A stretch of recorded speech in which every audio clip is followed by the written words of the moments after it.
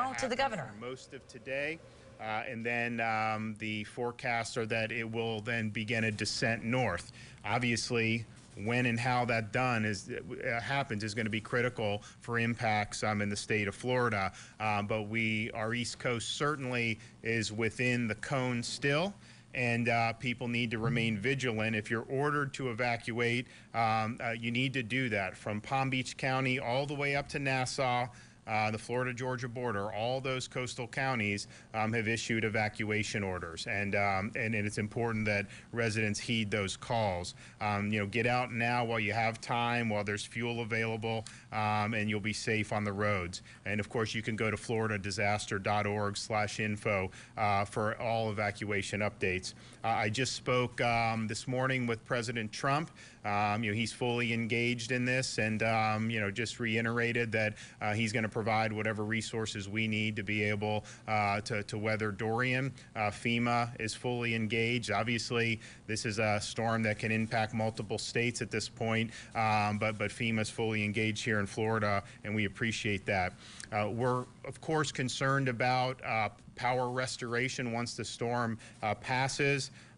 Florida Power and Light has most of these counties in terms of the power, and they've assembled approximately 17,000 personnel that are pre-staged and ready to respond. And as soon as the first bands of severe weather hit, they will come in after that to restore power around the clock because I think they understand how important that is. We will obviously be assisting with our assets, whether it's clearing roads, vegetation, whatever we can do to help that happen.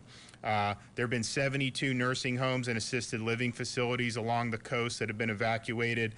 Some Florida hospitals have begun evacuating or making plans to evacuate. These include Advent Health in New Smyrna Beach and Volusia County, Cape Canaveral and Brevard, Cleveland Clinic South in Martin County, Port St. Lucie Hospital, Good Samaritan Medical Center in Palm Beach, Stewart Sebastian River Medical Center in Indian River, and Halifax Psychiatric Center North in Volusia. Cleveland Clinic North Martin is a partial evacuation. If you're involved with a healthcare facility, continue inputting your emergency updates into our emergency status system. It includes generator, utility information, evacuation status, emergency contact. If there is a need for something and you're updating us, we have people monitoring that all the time. We have people in a variety of agencies that could then respond accordingly, and obviously we want to do that. We have the gas stations along the evacuation routes we've confirmed are going to remain open. Some of the gas stations in the evacuation zones, you may see some of those start to close soon, but the ones on the routes are going to remain open. I've expanded the suspension of tolls to include routes in and around Jacksonville, like the First Coast Expressway and the I-295 Express Lane. And of course, we suspended tolls on a number of roads in Florida yesterday. Also, the Central Florida Expressway Authority has suspended tolls on a number of roads in and around Central Florida. Now, the following 5 ports have been closed: Miami, Everglades, Fort Pierce, Palm Beach, and Port Canaveral. Jacksonville and Fernandina are in condition Yankee. Obviously, as the storm moves north, their status could change. But as the storm moves north, we anticipate some of the southern ports reopening. We're still monitoring traffic and have not seen anything out of the ordinary in terms of evacuations, in terms of evacuation traffic, pretty much what we expected. So this has been frustrating, I know, for a lot of people, because this seems like we've been talking about this for a long time, but we are in a situation where the storm is stalling very close to our coast. It is going to make a movement, and the movement that it makes is going to have a lot of impact on Floridians. And so please listen to the instructions, heed the instructions, do what you need to do to keep you and your family safe. Take some questions. Governor, at this point, are you confident that all of the nursing homes that you didn't know whether they had updated with generators and whatnot, that those facilities are now safe, as in we've gotten the patients out? I mean, are they in a position, the best position they can be to weather the storm? Well, we have, so as I said yesterday, in the coastal counties, the facilities either have confirmed generator availability or that they plan to evacuate. Now, since that has happened, not every one of them has continued to give us updates. And so, if you have a generator and something's wrong with the generator, you need to tell us that. You need to put those updates in. But, they've all either indicated a generator or a plan to evacuate. But this is something that's constantly being monitored by ACA and some of our other state officials. Another thing that ACA is going to be doing is, we have a number of hospitals, obviously, on this east coast of Florida.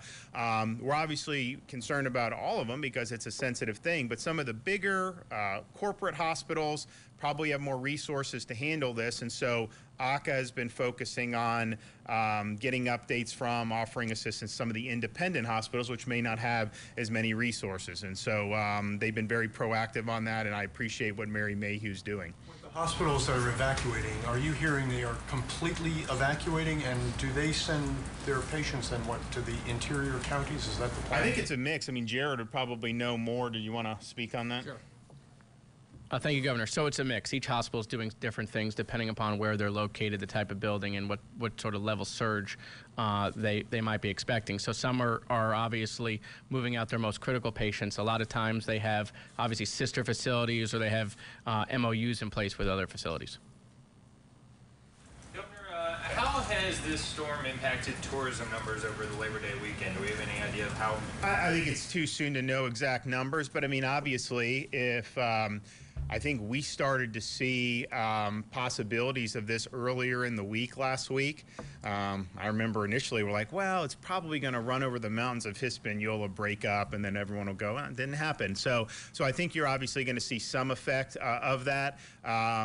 But at the same time, I think the fact that it's taken an eastward track, people that had planned on being someplace in Northwest Florida or whatever probably, weren't affected at all. So we'll figure all that out. But look, at the end of the day, I want as robust tourism as possible. But my most important priority is that Floridians are safe and that we're doing what we need to do to be able to assist after the fact. And this is a storm that is record in terms of the 185-mile-per-hour impact of the Bahamas, and it's very, very close to our shores. I appreciate the tracks that keep it off the shore, but we're going to have some impacts one way or another, and that's really, I think, the main concern. We'll be able to. People are going to want to come to Florida. There's going to be all time to do all that stuff, and we've got a lot of great things going on with the economy, but safety really is number one. So we are.